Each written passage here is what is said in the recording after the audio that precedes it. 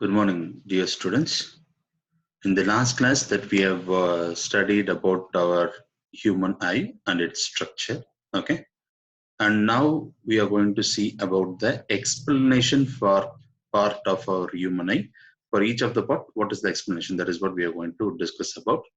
And we are going to discuss about the power of accommodation of a human eye, okay? Let us go for the topic.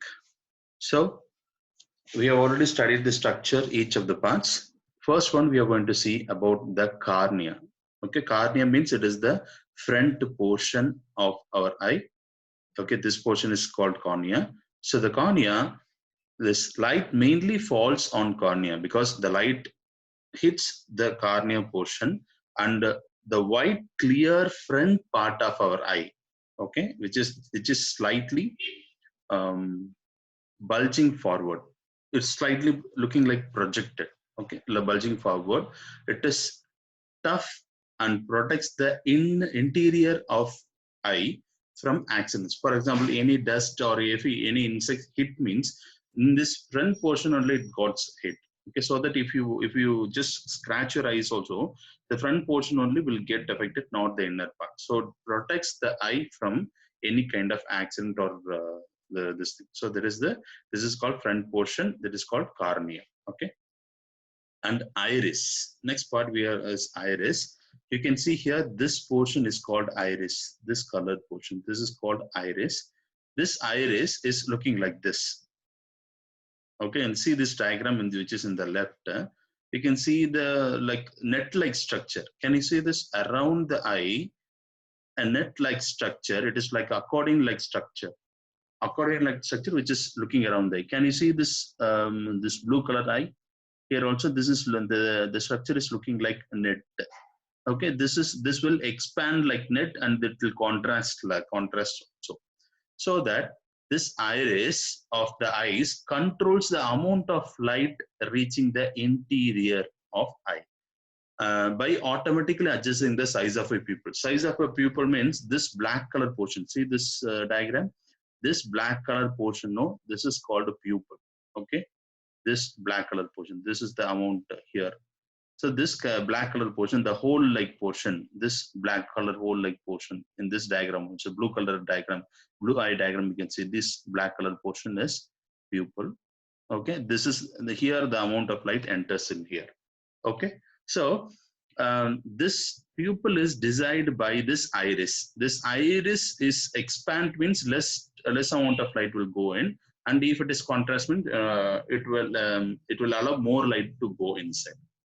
And one more important point is this iris is that part of eye which gives the color such as black, brown, green eyes, commonly called as cat eyes, etc. For example, in these two eyes diagrams, pictures, if you see, this eye is looking like blue color.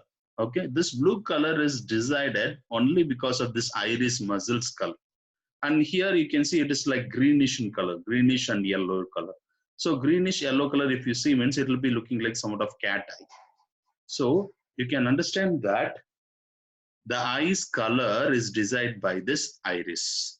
Okay, it will expand like net and it will also contrast like net. Okay, that you can understand this. This is called iris. And next, pupil. Just now I said about pupil.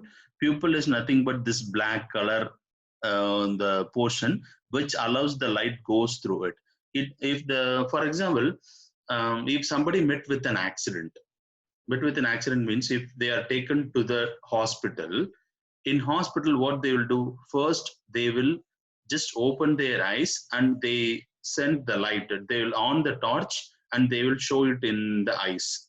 So from that, what they try to understand is if the iris is responding, that means if more suddenly more light comes in means this will started compressing and this pupil no will become very small. It will not allow the all light to go through. It will suddenly shrink.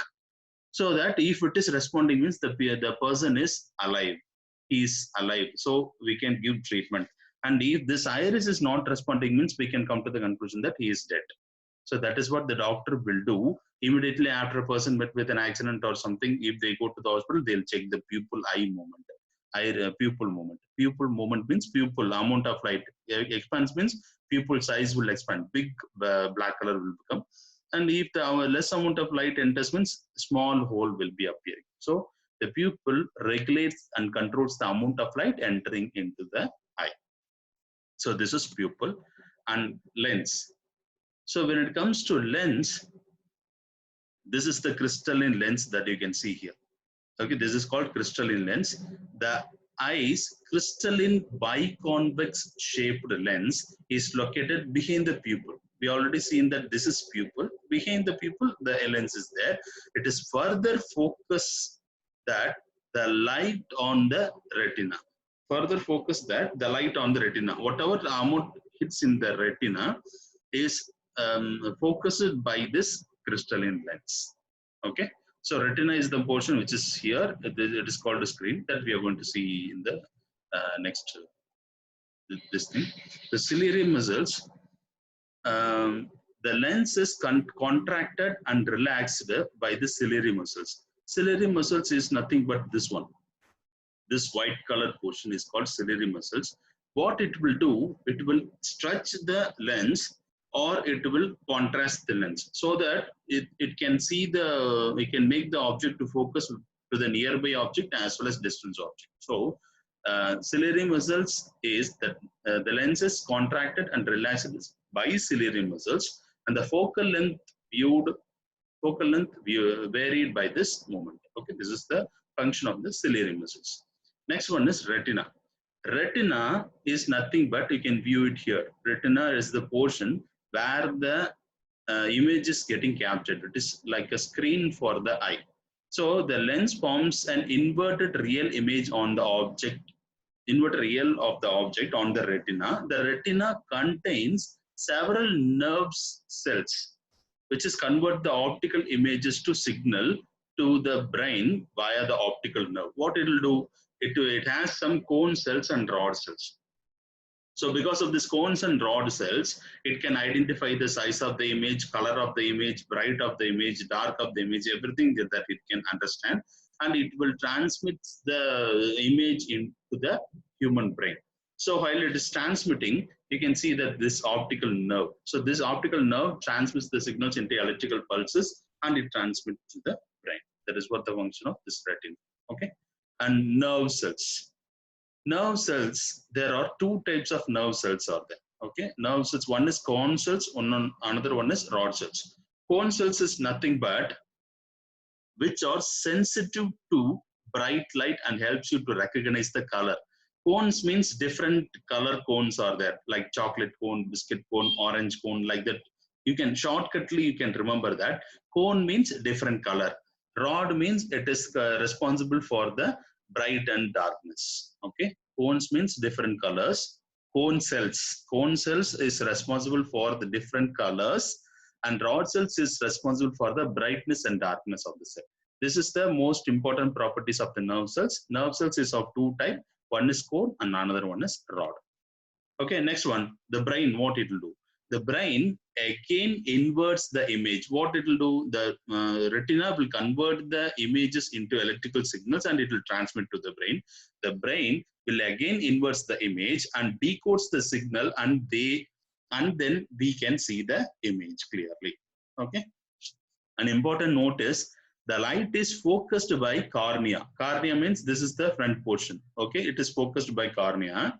And then iris by controlling the opening of the pupil. Pupil size is decided by the iris, and then by the lenses. By the lenses it is focused, and in dim light your pupil will expand and allow more light. For example, in the darkness, if you enter into the cinema theater suddenly from brightness to darkness, you won't find anything inside.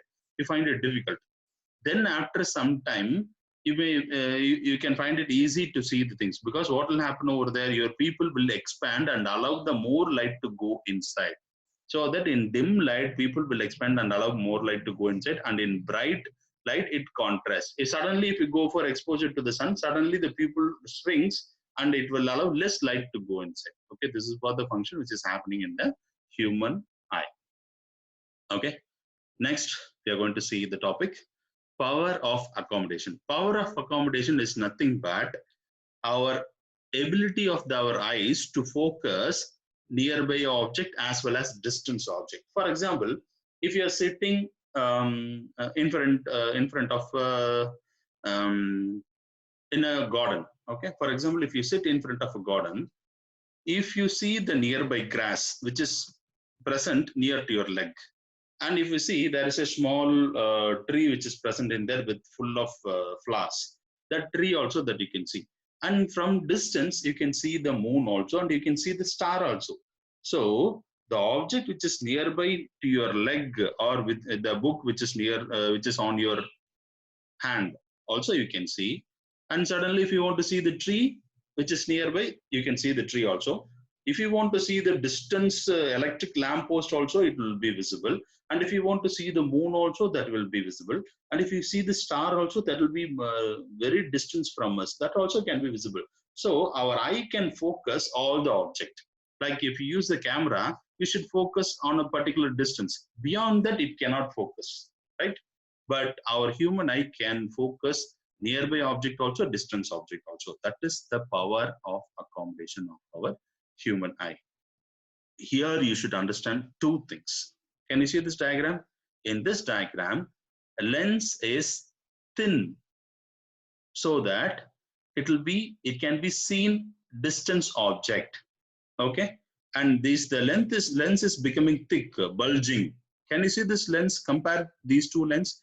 This is thin and it can see distance object. Here it is bulging. Okay, here it is bulging so that it can see the nearby object. So if we want to see the nearby object, the lens should bulge. It should become thick. If we want to see the distance object, the lens will be thin. Okay, this work is done by the ciliary muscles. Can you see this? Ciliary muscles will do the work for you, focusing. Okay, so the ability of a human eye to adjust itself such that it can see the object which are nearby and far away is called accommodation. Okay, it primarily involves the lenses and ciliary muscles. Most importantly, the ciliary muscles will expand the lens and contrast the lens. If the lens is normal, we can see the distance object. If the lens is thick or contrast, you can see the nearby object.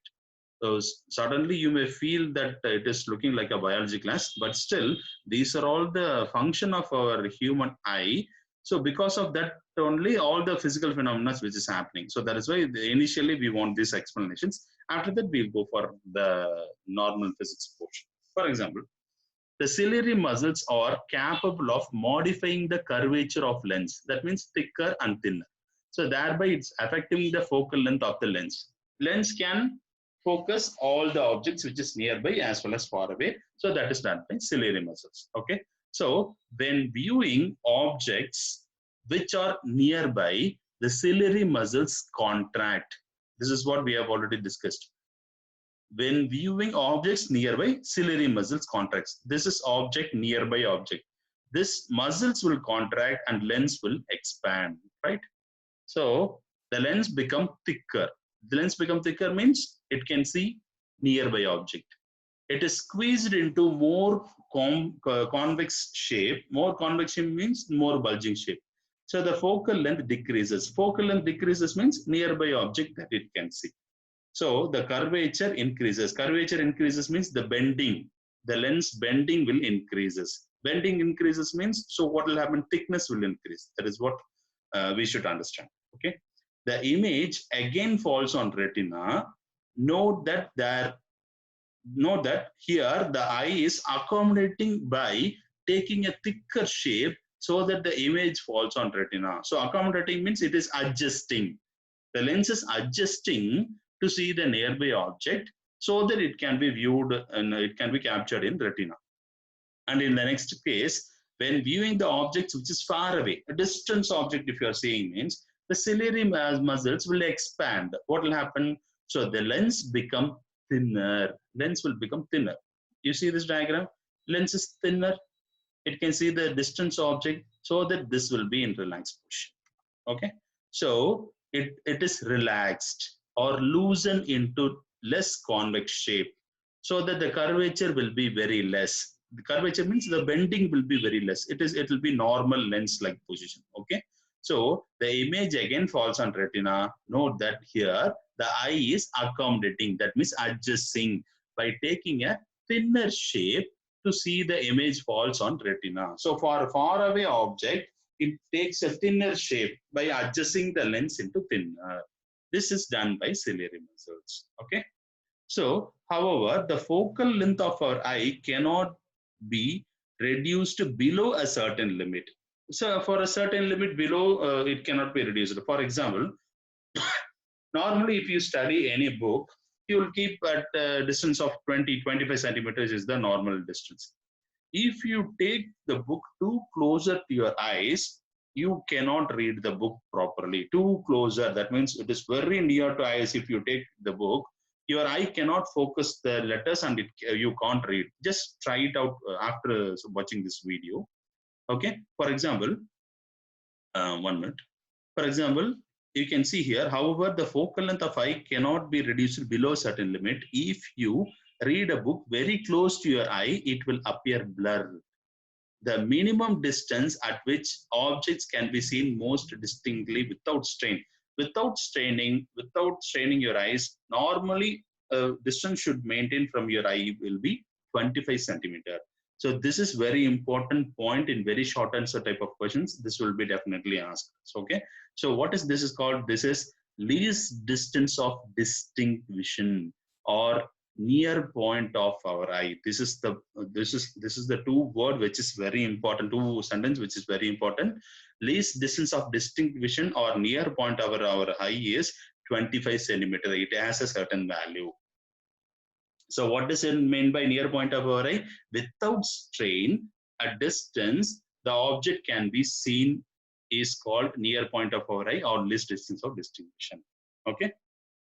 So the farthest, that is the distance, very distance point up to which the eye can see the object clearly is called a far point of our eye. For example, what is the longest distance object that we can see?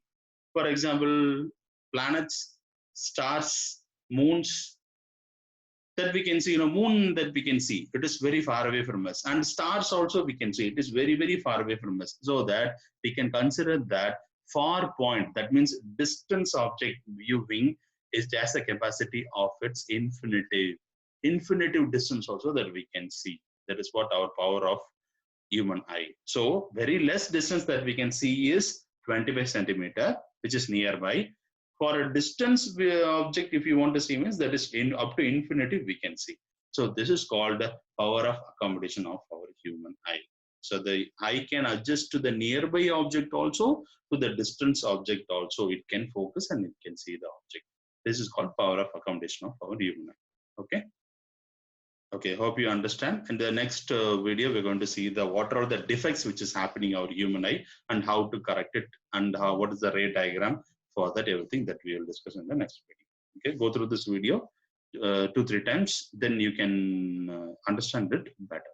Okay, thank you.